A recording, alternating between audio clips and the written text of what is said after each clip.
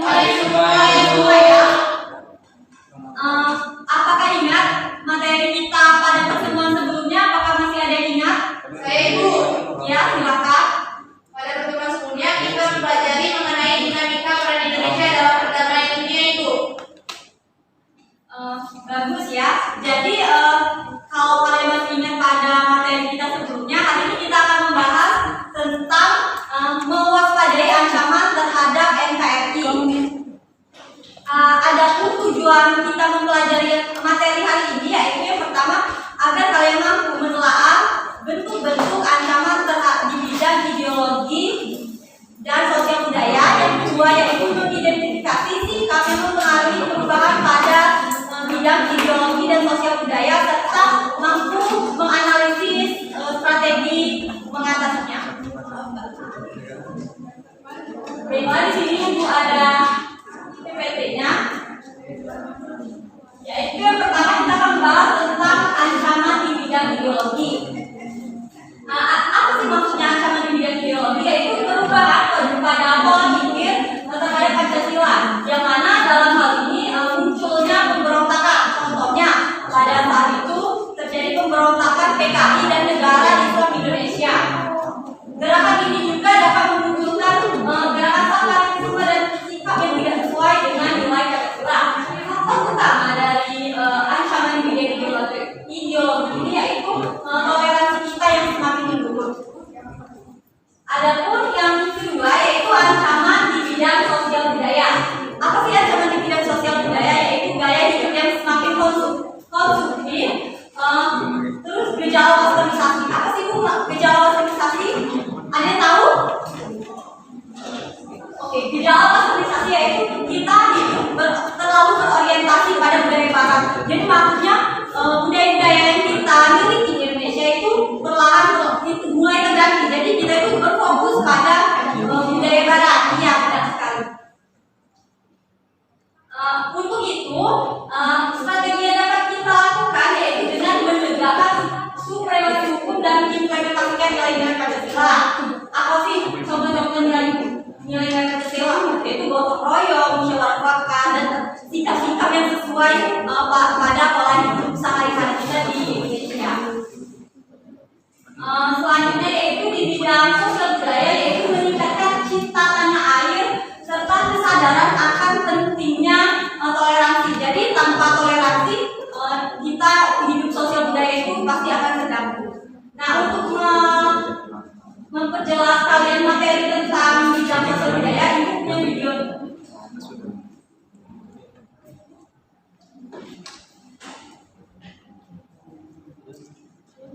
Oke. Ketersediaan sumber daya banyak penerima LPDP ini yang berkuliah di luar negeri. Namun, yang menjadi pokok permasalahannya ialah mahasiswa ini kemudian diizinkan pulang dan memilih untuk bekerja di luar negeri. Alasannya pun beraneka ragam. Ada yang karena dari gajinya atau karena sudah terlalu nyaman hidup di sana. Jika kita lihat ini menunjukkan bagaimana masyarakat Indonesia lebih nyaman pada kehidupan sosial di luar negeri. Hal inilah yang kemudian dipertanyakan. Jika pemikiran seperti itu berkembang, sosial dan budaya Indonesia akan semakin terancam. Oke, dari video yang ditayangkan, apakah ada yang ingin ditanyakan? Ya Bu. Oke, Bu Indah, silakan. Ditanya Bu, saya masih bingung mengapa hal tersebut menjadi permasalahan dan ancaman. Oke, jadi di sini Ibu jelaskan ya. Jadi pemerintah itu memberikan beasiswa sebagai rakyat Indonesia. Tentunya tujuan kita untuk sekolah kan untuk memajukan kesejahteraan dan juga memajukan bangsa Indonesia. Jadi dari sini mahasiswa tersebut mereka menerima beasiswa untuk hidup di luar negeri, bersekolah di sana. Tapi mungkin karena faktor budaya luar, mereka itu terlalu nyaman untuk hidup di sana sehingga setelah lulus mereka tuh nggak mau pulang ke Indonesia. Padahal tujuan dari kampus ini yaitu untuk mengabdi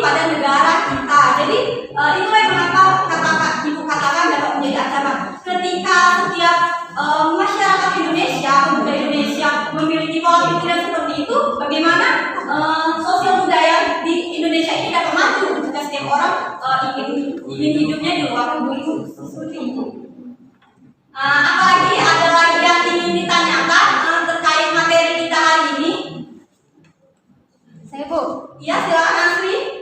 izin bertanya Bu. Iya.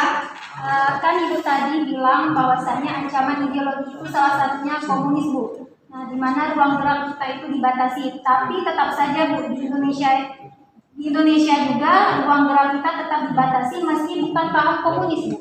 Oke, bagus sekali ya pertanyaan dari Asri. Kita beri tepuk tangan dulu nih.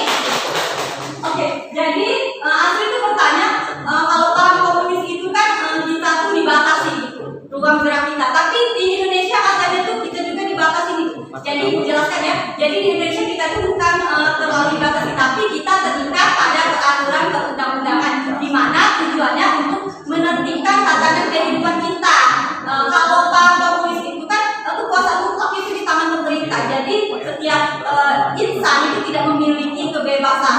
Nah, sedangkan di Indonesia kita masih memiliki kebebasan. Kita mampu mengontrol jalannya pemerintahan, kita mampu mengeluarkan pendapat apabila jalannya pemerintahan sistem yang dibuat saat ini nih sekiranya menyimpang dari nilai-nilai Pancasila. Apakah masih ada lagi yang ingin ditanyakan? Cukup. Oke, jika cukup, apakah semuanya sudah membawa lembar kerja peserta didiknya? Oke, silakan baca petunjuk kerja yang di sana lalu dikerjakan ke teman sebangku aja ya. Nanti dipresentasikan ke depan.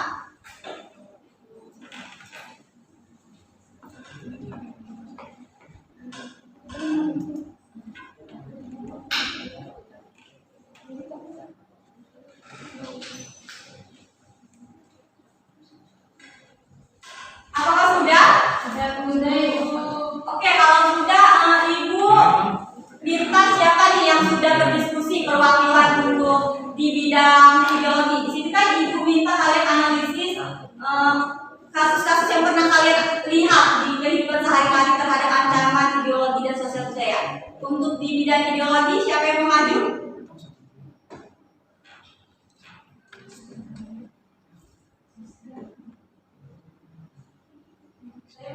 Ya, silakan.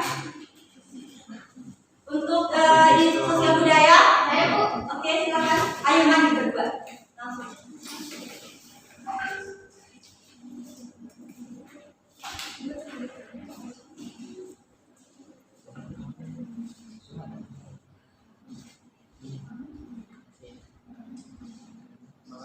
Oke, silakan. Baik Ibu, mengenai ancaman di bidang sosial budaya, yang pertama itu mengenai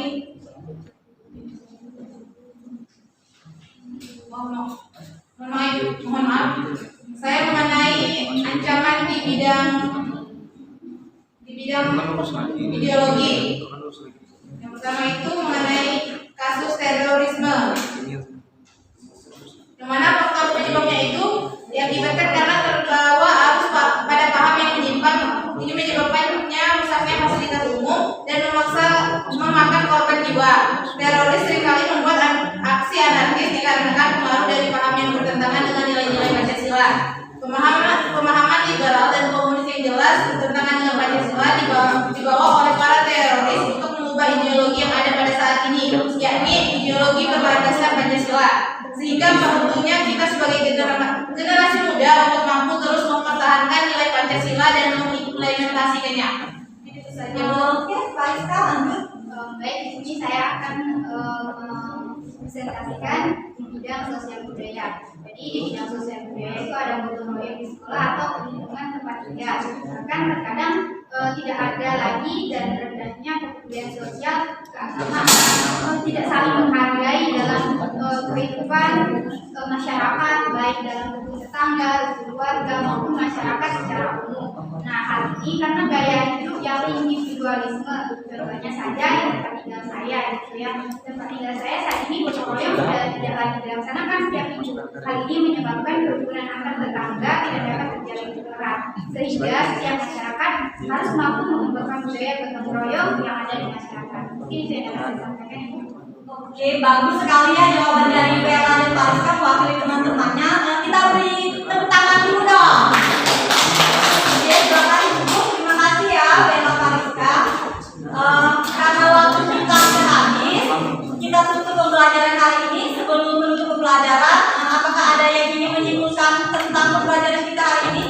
Oke Bu. Ya, Asri. Baik Bu, dapat saya simpulkan pertemuan pembelajaran hari ini bahwasanya kurangnya penanaman nilai Pancasila dalam implementasi di kehidupan sehari-hari dan ketertarikan pada budaya luar dapat menjadi ancaman terhadap NKRI, sehingga perlu kesadaran pentingnya nilai-nilai Pancasila dalam kehidupan sehari-hari untuk diterapkan. Baiklah,